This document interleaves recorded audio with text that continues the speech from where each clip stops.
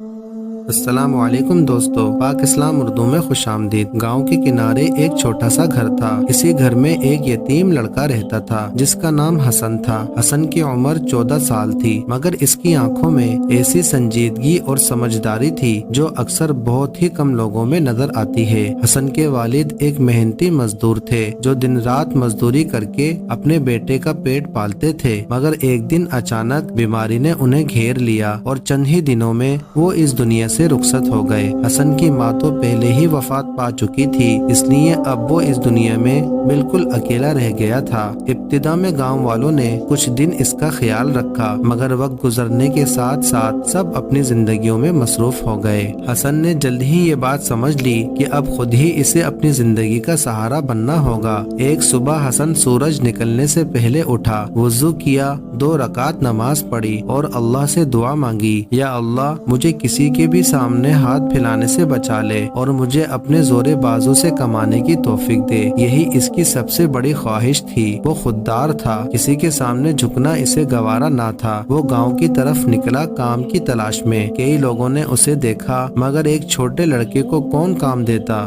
کسی نے کہا ابھی تم بہت چھوٹے ہو، کسی نے ہنستے ہوئے کہا جاؤ کھیلو، کام تمہارے بس کا نہیں۔ مگر حسن ہمت ہارنے والوں میں سے نہیں تھا۔ آخرکار ایک بوڑھے بڑائی بابا کریم نے اسے بلایا، بیٹا تم کیا کام کر سکتے ہو؟ حسن نے ادب سے جواب دیا، بابا جی جو آپ کہیں میں سیکھنے کو تیار ہوں۔ بابا کریم نے اس کی آنکھوں میں جھانکا جہاں سچائی اور عزم صاف دکھائی دے رہا تھا۔ بابا کریم نے کہا ٹھیک ہے آ جاؤ میرے پاس، پہلے سیکھو پھر کماؤ گے۔ حسن نے بڑے کا کام سیکھنا شروع کیا۔ شروع میں وہ لکڑیاں اٹھاتا، اوزار صاف کرتا اور بابا کریم کا کام غور سے دیکھتا۔ کئی بار اس کے ہاتھ چھل جاتے، کبھی لکڑی کے کانٹے چبھ جاتے، مگر وہ کبھی شکایت نہ کرتا۔ دن گزر گئے اور حسن نے آہستہ آہستہ کام سیکھ لیا۔ اب وہ چھوٹے چھوٹے اسٹول، میز اور کھلونوں کے ڈبے بنانے لگا تھا۔ بابا کریم اکثر کہتے یہ لڑکا عام نہیں ہے، اس میں کچھ خاص ہے۔ ایک دن ایک امیر تاجر گاؤں میں آیا، اسے اپنے گھر کے لیے خوبصورت فرنیچر بنوانا تھا۔ وہ بابا کریم کی دکان پر پہنچا اور بولا مجھے اعلیٰ درجے کا کام چاہیے، قیمت کی پرواہ نہیں۔ بابا کریم نے حسن کو موقع دینے کا سوچا اور اس سے کہا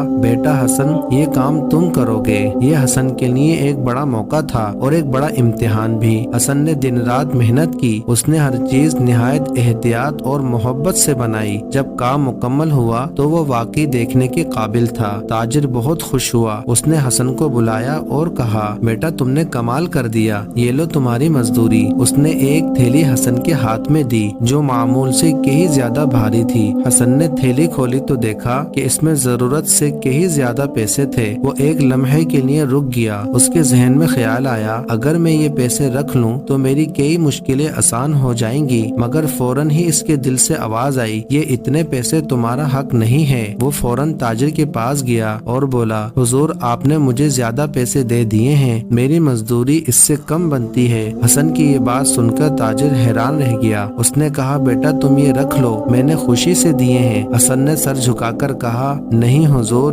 میں صرف اپنا حق لینا چاہتا ہوں، زیادہ لینا مجھے منظور نہیں۔ تاجر نے بابا کریم کی طرف دیکھا اور پھر مسکرا کر بولا آج کے زمانے میں ایسا لڑکا، واقعی حیرت کی بات ہے۔ حسن واقعی ایک محنتی اور ایماندار لڑکا تھا۔ اس کے والدین نے غربت میں بھی اس کی تربیت بہت اچھے سے کی تھی اور بابا کریم نے بھی اسے ہنر سکھا کر سہارا دیا، پر قابل اور محنتی وہ اپنی خودداری سے بنا تھا۔ چند دن بعد وہی تاجر دوبارہ آیا۔ اس نے حسن کو بلایا اور کہا بیٹا میں شہر میں ایک بڑی ورکشاپ چلاتا ہوں، میں چاہتا ہوں کہ تم میرے ساتھ چلو، میں تمہیں نہ صرف کام دوں گا بلکہ تعلیم بھی دلاؤں گا۔ حسن کے لیے یہ ایک بڑا موقع تھا، مگر وہ الجھن میں پڑ گیا۔ اس نے بابا کریم کی طرف دیکھا۔ بابا کریم نے مسکرا کر کہا بیٹا یہ تمہارے لیے اللہ کا انعام ہے، جاؤ اپنی قسمت سنوارو۔ حسن کی آنکھوں میں آنسو آ گئے اور وہ بابا کریم سے لپٹ گیا۔ بابا جی آپ نے مجھے سنبھالا، میں آپ کو کیسے چھوڑ سکتا ہوں؟ بابا کریم نے اس کے سر پر ہاتھ رکھا، بیٹا استاد کا کام شاگرد کو آگے بڑھانا ہوتا ہے، روکنا نہیں۔ حسن شہر چلا گیا، وہاں اس نے نہ صرف کام کیا بلکہ پڑھائی بھی شروع کی۔ وہ دن میں کام کرتا اور رات کو پڑھتا۔ کئی بار تھکن سے اس کا جسم جواب دے دیتا، مگر اس کا حوصلہ کبھی نہیں ٹوٹا۔ وقت گزرتا گیا اور حسن ایک ماہر کاریگر بن گیا۔ اس کے ہاتھوں میں کمال کی مہارت آ چکی تھی۔